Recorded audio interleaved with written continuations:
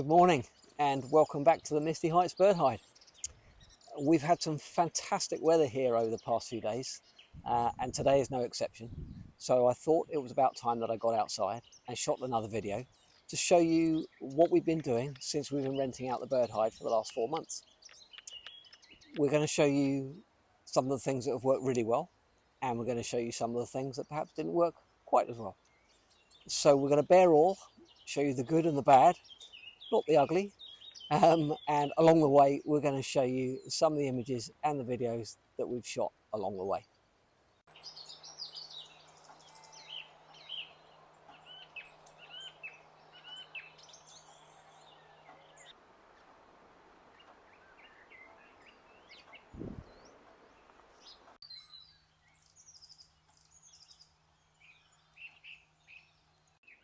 So when we first set up the bird hide, I will admit to being a little naive in terms of knowing what was required in terms of perches and the sort of setup outside of the hide. And to that end, we've now improved things greatly and put a lot more variety of perches, which gives us huge variation in the number of pictures that we get. And also the number of birds and different kinds of birds that actually visit the perches.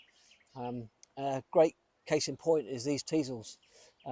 So we simply just mount these in a piece of copper tube.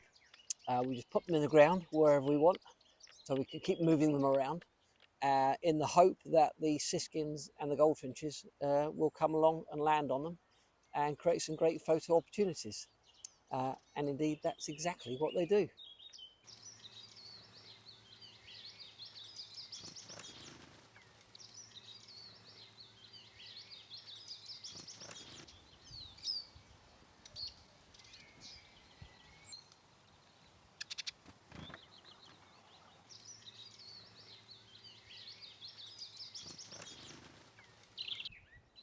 Prior to setting up the bird hide, I was a studio photographer for over 20 years.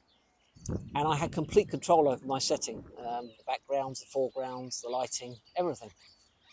And when we set the bird hide up, I wanted to retain some of that control and treat areas around the bird hide as little mini studio sets, if you like. And to that end, we do things like put things like gorse into copper tubes into the ground wherever we want them, where we know the birds are going to be perching. And that creates a little bit more interest rather than just having a bird sat on a branch. So here we've got the gorse, these lovely yellow flowers. We know that the siskins come and perch around here, and the wrens and everything. And this gorse here will just be a little bit in the background and just add a little bit more interest to the images.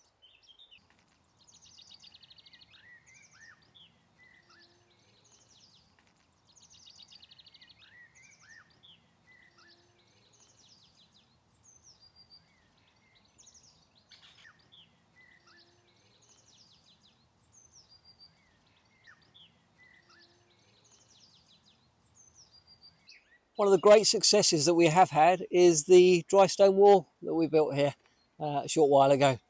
Apart from being a great prop and habitat, it used up a lot of rocks that were dug out of the ground when we built the bird hide. So it meant that I didn't have to ferry them back down to somewhere else that they were just going to cause a nuisance. So it's worked really well. Provides a great place to hide things like mealworms and bits of food. The wrens love rootling around in all of the little nooks and crannies. Lots of little spiders and things live in here, so it really is a wonderful habitat.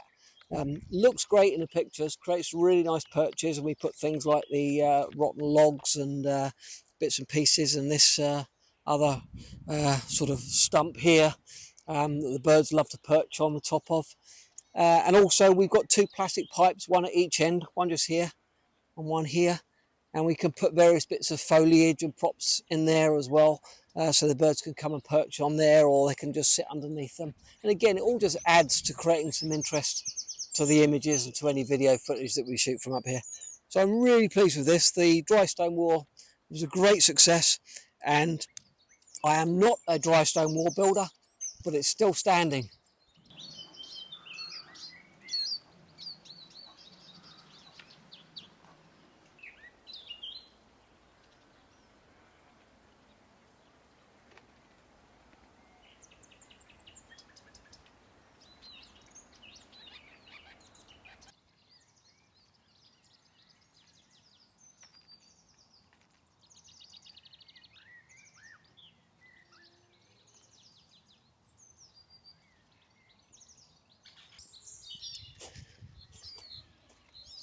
So one of the main issues that we had when we first started taking pictures, particularly on these perches just here, was that the hillside in the background can get quite bright at certain times of the day.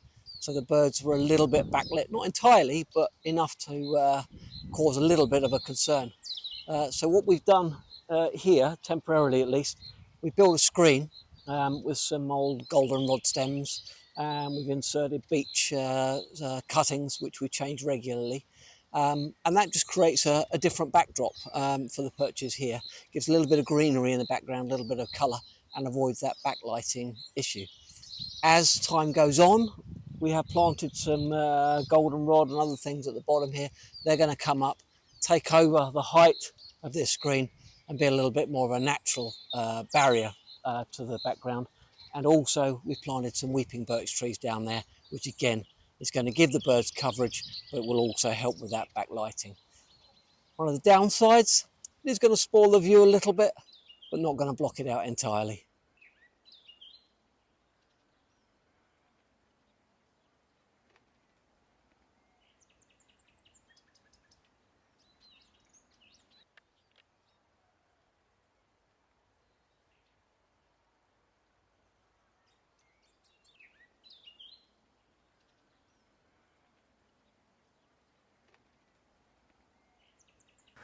So here we are inside the hide now, and it's not until you start using a space that you actually realise how the space is going to work for you. If you saw our previous video, you would have noticed that there was a sofa just there. Well, that's gone. That was taking up too much space, and it meant that if we did have 3 photographers here in the hide, there wasn't enough room for camera bags and things like that to sit on the floor. It also meant that if people brought their sandwiches with them, they were being put on the floor and they were getting warm because the floor is heated. So now we have a fridge instead. It's been really interesting listening to the positive feedback that we've had on the interior of the hide from people that have visited. And one of those is something which we thought was quite a simple installation really, was the addition of the power points that we put in with the USB and USB-C charging points. So when you're in a bird hide, it's obviously extremely important to make sure that your shelves for mounting your cameras and bean bags on is exactly the right height in relation to the windows, and to make sure that you're the right height to be able to work comfortably for long periods of time. And I'm pleased to say that the feedback we've had so far says that we've got the shelves at the right height in relation to the windows. The selection of bean bags and gimbals is absolutely spot on. So something else that we've changed from the original setup is this camera netting at the windows.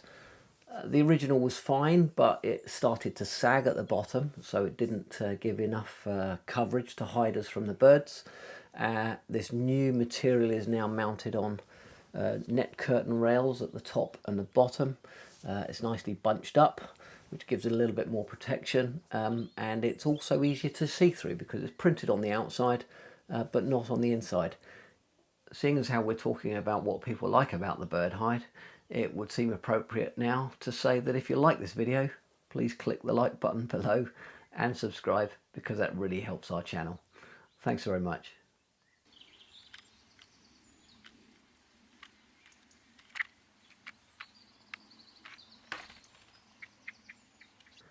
Most bird hides will have shutters that either open outwards or inwards to allow you to point your camera out through the window and take photographs. Not many also have the interior glass windows. This means that we can keep the heat into the bird hide by only having whichever window open that you need at the time. Or if you just want to sit and watch the birds and you're not taking photographs, you can keep all the windows closed. Keeps it nice and cozy and warm. Of course, going forwards, we're always looking to improve things and make things better here at the hide. And with that in mind, the next plan is to install a composting toilet. We do have toilet facilities, but it's just a short walk down to the studio, 2 minutes away. By building the composting toilet here, just behind the wall, behind me here, means that there's going to be less disruption to the birds and the wildlife. So that's another really good positive. Watch this space.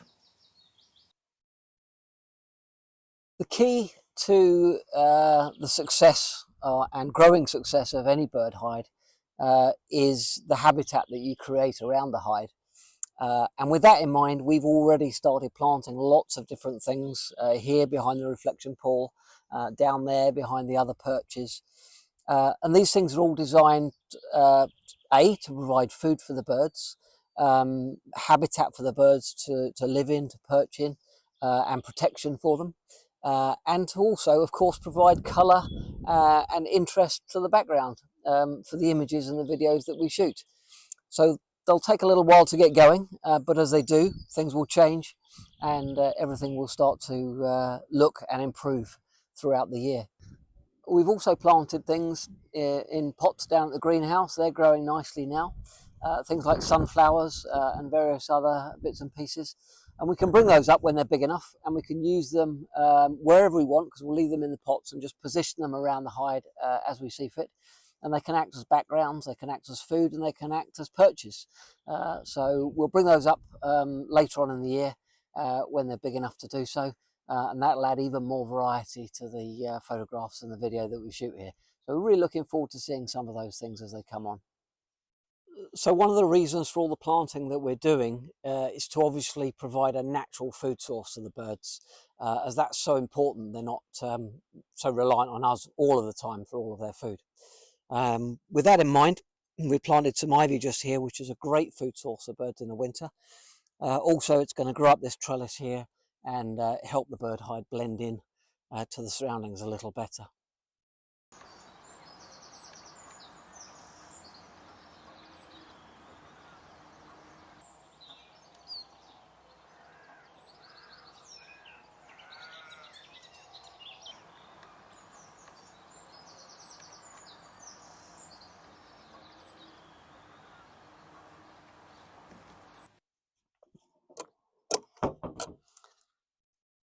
One of the successes of the bird hide so far that we're most pleased about is the number and variety of birds that we're getting here. When we started, obviously the birds were coming, but not in great numbers, and was a little bit sporadic. Now the birds are here in good numbers, and they're regular visitors. So woodpeckers, we definitely have 2 pairs of woodpeckers up here. We quite often see 2 or 3 woodpeckers here at the same time. So that's really encouraging. The siskins, we saw 1 at the beginning, possibly 2, and then all of a sudden we now have 8 or 9 at a time. Very healthy flock of siskins, and they're just so beautiful to photograph. Greenfinches are a regular visitor now.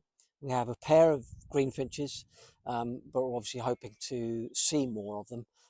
We can definitely hear them, and we do see the pair, but we're hoping that there is going to be more about in the near future as well. Your usual suspects: chaffinches, goldfinches, blue tits, great tits, coal tits, all here in good numbers, and really great fun to photograph on the different perches around the bird hide. So there we go. If you are thinking about visiting the bird hide, go ahead and book your slot over at mistyheights.co.uk.